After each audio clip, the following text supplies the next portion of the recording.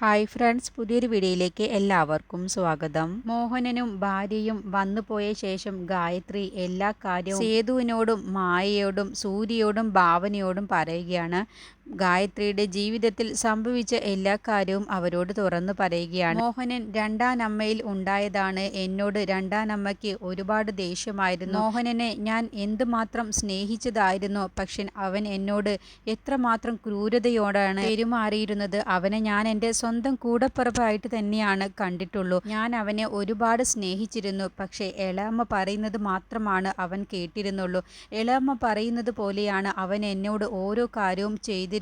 ആദ്യം അവൻ എൻ്റെ അച്ഛനെ എന്നിൽ നിന്നും അകറ്റുകയാണ് ചെയ്തത് എന്ന് പറഞ്ഞ് കരഞ്ഞുകൊണ്ടാണ് കേട്ടോ ഗായത്രി കാര്യമൊക്കെ പറയുന്നത്. അപ്പോൾ സൂര്യ ചോദിക്കുകയാണ്, എങ്ങനെയാണ് ആ സ്ത്രീ ആൻറ്റിയുടെ ജീവിതത്തിലേക്ക് വന്നത് എന്ന് ചോദിക്കാട്ടോ. എൻ്റെ അച്ഛൻ്റെ രണ്ടാമത്തെ ഭാര്യയായിരുന്നു അവർ. എൻ്റെ അമ്മയെ സുഖമില്ലാത്ത സമയത്ത് എൻ്റെ അമ്മയെ ഇടയ്ക്കിടയ്ക്ക് നോക്കാനൊക്കെ വന്നിരുന്നത് ഈ സ്ത്രീയായിരുന്നു. എൻ്റെ അമ്മയുടെ മരണശേഷം ഞാൻ ആകെ ഒറ്റപ്പെട്ടു പോയി. അമ്മയുടെ മരണശേഷമാണ് അച്ഛൻ്റെ രണ്ടാമത്തെ ഭാര്യയും മോനാണെന്നുള്ള കാര്യം ഞങ്ങൾ അറിയുന്നത് തന്നെ.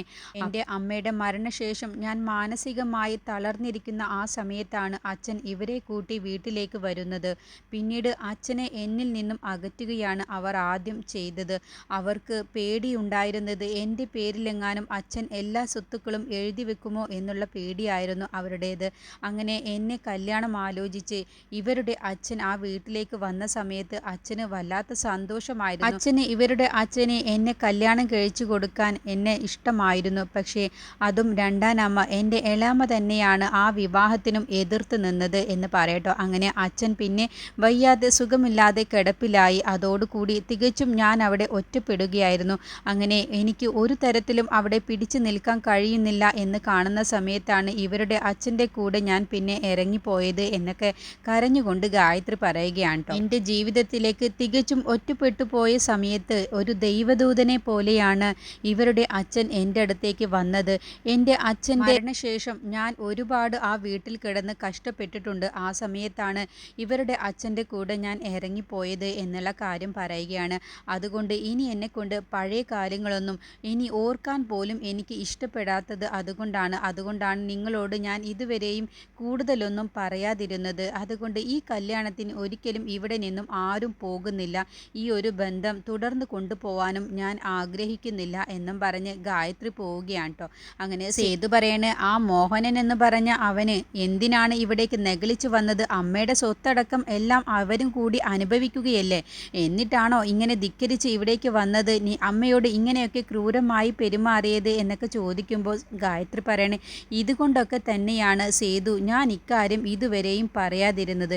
ഞാൻ അങ്ങനെ എൻ്റെ അച്ഛൻ്റെ സ്വത്തുക്കളോ ഒന്നും തന്നെ ഞാൻ ആഗ്രഹിച്ചിട്ടില്ല. ഇനി ഞാൻ അത് ആഗ്രഹിക്കാനും പോകുന്നില്ല എന്നും പറഞ്ഞ് ഗായത്രി പോവുകയാണ്. അപ്പോൾ സേതു ഭാവനയോട് ചോദിക്കുകയാണ്, എന്താ ഭാവന വേണ്ടത്? കല്യാണത്തിന് പോവണോ എന്ന് ചോദിക്കുമ്പോൾ അമ്മ തന്നെ തീരുമാനിക്കട്ടെ, അമ്മ പറയുന്നത് പോലെ നമുക്ക് ചെയ്യാമെന്ന് പറഞ്ഞ് ഭാവനയും പോവുകയാണ് കേട്ടോ. അങ്ങനെ സൂര്യയും ഭാവനയുടെ കൂടെ പോവുകയാണ്. എന്നിട്ട് ഭാവനയോട് സൂര്യ പറയുകയാണ്, മോഹനൻ അമ്മാവൻ ഒരു തരികിടയാണെന്നാണ് എനിക്ക് തോന്നുന്നത്. അയാൾ മനഃപൂർവ്വം അവിടെ മൊബൈൽ മറന്നു വെച്ചതാണെന്നാണ് എനിക്ക് തോന്നിയത് എന്ന് പറയും. അങ്ങനെയൊന്നും ആവില്ല സൂര്യ എന്ന് പറയുമ്പോൾ എന്തോ എനിക്ക് അങ്ങനെ തോന്നി. അപ്പോൾ ഭാവന പറയണേ, കല്യാണത്തിന് തന്നെ അമ്മ പോവാൻ സമ്മതിക്കുമെന്ന് തോന്നുന്നില്ല. കാരണം ഇപ്പോൾ അവരെ ആരോ പറഞ്ഞു വിട്ടതുപോലെയാണ്.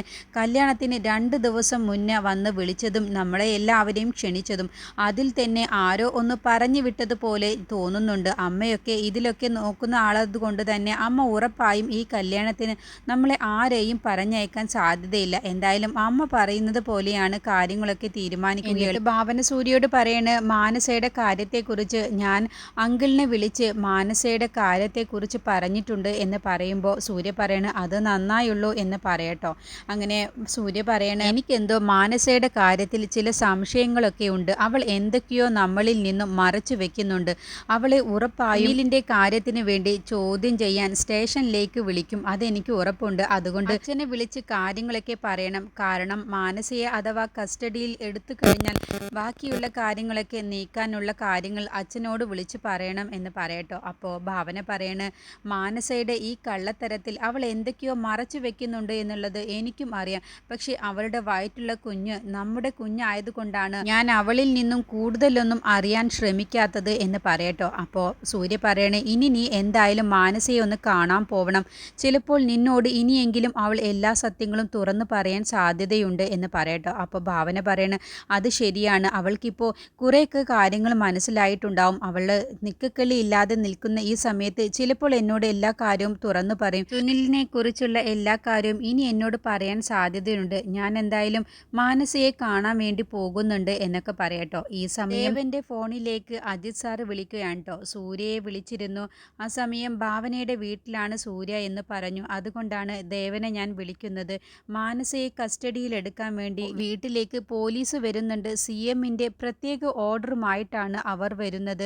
അതുകൊണ്ട് ഒന്ന് മുൻകൂട്ടി നിങ്ങളെ അറിയിച്ചെന്ന് മാത്രം എന്ന് പറഞ്ഞ് ഫോൺ വെക്കുകയാണ് കേട്ടോ. എന്നിട്ട് ജയനിർമ്മലയോടും മാനസയോടും ചെന്ന് പറയുകയാണ്. അപ്പോൾ ഇത് കേട്ടും കൊണ്ട് അജയനും പ്രസീതയും വരികയാണ് കേട്ടോ.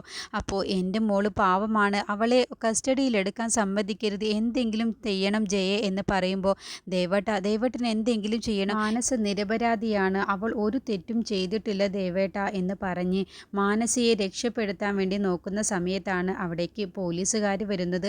അതോടുകൂടി അജയൻ വെപ്രാളപ്പെടുകയാണ്. അയ്യോ ജയെ, അവരെത്തി, എൻ്റെ മോള് പാവമാണ്, അവൾ ഒരു തെറ്റും ചെയ്തിട്ടില്ല, ജയെ നീ ഒന്ന് രക്ഷപ്പെടുത്ത്, എൻ്റെ മോള് നിരപരാധിയാണ്, അച്ചബി എൻ്റെ മോളെ രക്ഷിക്ക് എന്ന് കരഞ്ഞുകൊണ്ട് അജയൻ പറയുകയാണ് കേട്ടോ. അപ്പോഴത്തേക്കും വനിതാ പോലീസ് വന്ന് മാനസയെ കാര്യങ്ങളൊക്കെ ചോദിച്ചറിയുകയാണ്. ആരാണ് മാനസ എന്നൊക്കെ ചോദിക്കുമ്പോൾ മാനസ പറയണേ, ഞാനാണ് എന്ന് പറയട്ടോ.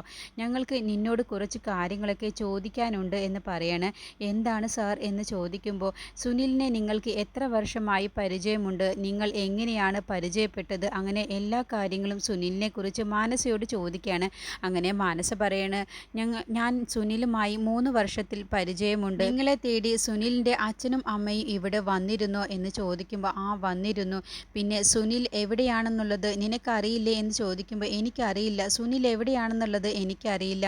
നീ അവസാനമായി സുനിലിനെ കണ്ടത് എന്നാണെന്ന് ചോദിക്കുമ്പോൾ അത് കൃത്യമായിട്ട് എനിക്ക് ഓർമ്മയില്ല എന്ന് പറയട്ടോ. നിങ്ങൾ കുറേ കാലമായി ദുബായിൽ ഒരുമിച്ചായിരുന്നില്ലേ, പിന്നെ എപ്പോഴാണ് നിങ്ങൾ നാട്ടിലേക്ക് എത്തിയത്, നിന്നെ തേടി സുനിൽ ഇവിടേക്ക് വരാനുള്ള കാരണം എന്താണ്, എന്തുകൊണ്ടാണ് സുനിലിൻ്റെ അച്ഛനും അമ്മയും നിന്നെ തന്നെ തേടി വരാനുള്ള കാരണം എന്ന് ചോദിക്കുമ്പോൾ മാനസക്ക് ഉത്തരം മുട്ടിപ്പോവുകയാണ്. അങ്ങനെ മാനസ പറയണ്, എനിക്ക് അറിയില്ല മേഡം, സുനിൽ എവിടെയാണുള്ളത് എന്ന് പോലും എനിക്കറിയില്ല. മാനസയ്ക്ക് അറിയില്ല എന്ന് പറഞ്ഞ് വഴുതി മാറാൻ വേണ്ടി ശ്രമിക്കുമ്പോൾ പോലീസ് പറയുകയാണ്, ഞങ്ങൾക്ക് മാനസയെ കസ്റ്റഡിയിലെടുത്തേ മതിയാവൂ, ഞങ്ങൾ നല്ലതുപോലെയാണ് മാനസയോട് ഓരോ കാര്യങ്ങളും ചോദിച്ചത്, പക്ഷേ ഞങ്ങൾക്ക് വ്യക്തമായ ഉത്തരമൊന്നും കിട്ടാത്തത് കൊണ്ട് തന്നെ മാനസയെ ഞങ്ങൾ കസ്റ്റഡിയിലെടുക്കുന്നു എന്ന് പറഞ്ഞ് മാനസയെ കൊണ്ട് പോവുകയാണ് കേട്ടോ.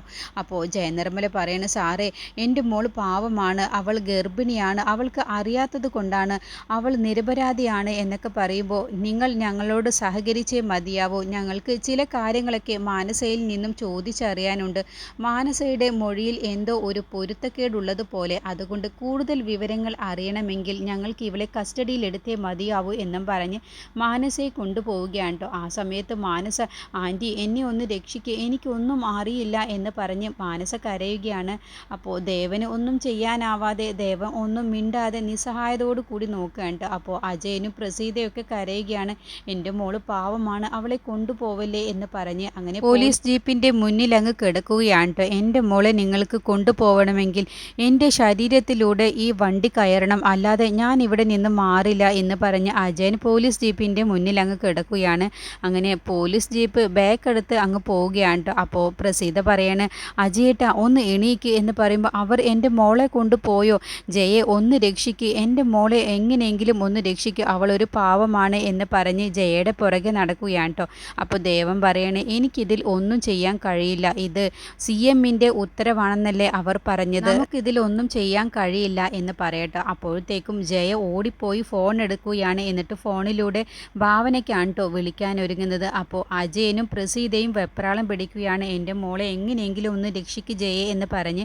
അങ്ങനെ അജയനും ഫോൺ എടുക്കാൻ പോവുകയാണ്. എനിക്കും പരിചയമുള്ളവരെ വിളിച്ചു നോക്കട്ടെ എന്ന് പറഞ്ഞ് അടുത്ത എപ്പിസോഡിൽ ഭാവനയെ ജയനിർമ്മല വിളിക്കുകയാണ്. എന്നിട്ട് മാനസം ചെയ്യാൻ വേണ്ടി അവർ സ്റ്റേഷനിലേക്ക് കൊണ്ടുപോയി എന്ന് പറയട്ടോ. അങ്ങനെ ഭാവന പറയാണ്, ആൻറ്റി എത്രയും പെട്ടെന്ന് അവിടേക്ക് വായോ എന്ന് പറഞ്ഞ് ഭാവന പോലീസ് സ്റ്റേഷനിലേക്ക് വരികയാണ്. അപ്പോഴത്തേക്കും ജയനിർമ്മലയും അവിടെ എത്തിയിട്ടുണ്ടാവും ട്ടോ. അങ്ങനെ മാനസയെ പോലീസുകാർ ചേർന്ന് ചോദ്യം ചെയ്യുകയാണ്.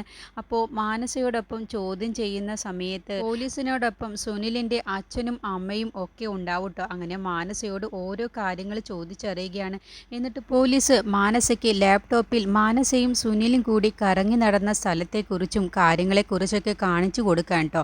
എന്നിട്ട് പോലീസ് ചോദിക്കുകയാണ്, മാനസയുടെ വായിൽ നിന്നും സുനിൽ എവിടെയാണ് ഉള്ളത് എന്നും സുനിലിന് എന്താണ് സംഭവിച്ചത് എന്നുള്ള കാര്യമൊക്കെ അറിയുന്നതിൻ്റെ മുന്നേ ഒരു സത്യം മാനസയുടെ വായിൽ നിന്നും അറിയണം എന്നങ്ങ് പറയട്ടോ. അപ്പോൾ മാനസ അങ്ങ് ഞെട്ടിപ്പോവുകയാണ്.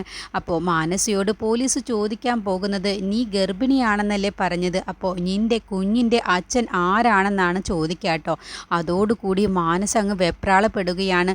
സൂര്യയുടെ പേര് പറഞ്ഞു കഴിഞ്ഞാൽ വിവാഹം കഴിക്കാതെ സൂര്യയെ സരോഗസി വഴിയാണ് ഞാൻ കുഞ്ഞിനെ ഗർഭം ധരിച്ചത് എന്ന് അറിഞ്ഞു കഴിഞ്ഞാൽ അത് വലിയൊരു പ്രശ്നമാകുമെന്നുള്ളത് മാനസയുടെ മനസ്സിലുണ്ട്. അതുകൊണ്ട് ഈ കുഞ്ഞിൻ്റെ അച്ഛൻ ആരാണെന്നുള്ള കാര്യം പോലീസ് ചോദിച്ചതോടുകൂടി മാനസയ്ക്ക് ഉത്തരം മുട്ടി പോവുകയാണ് ട്ടോ.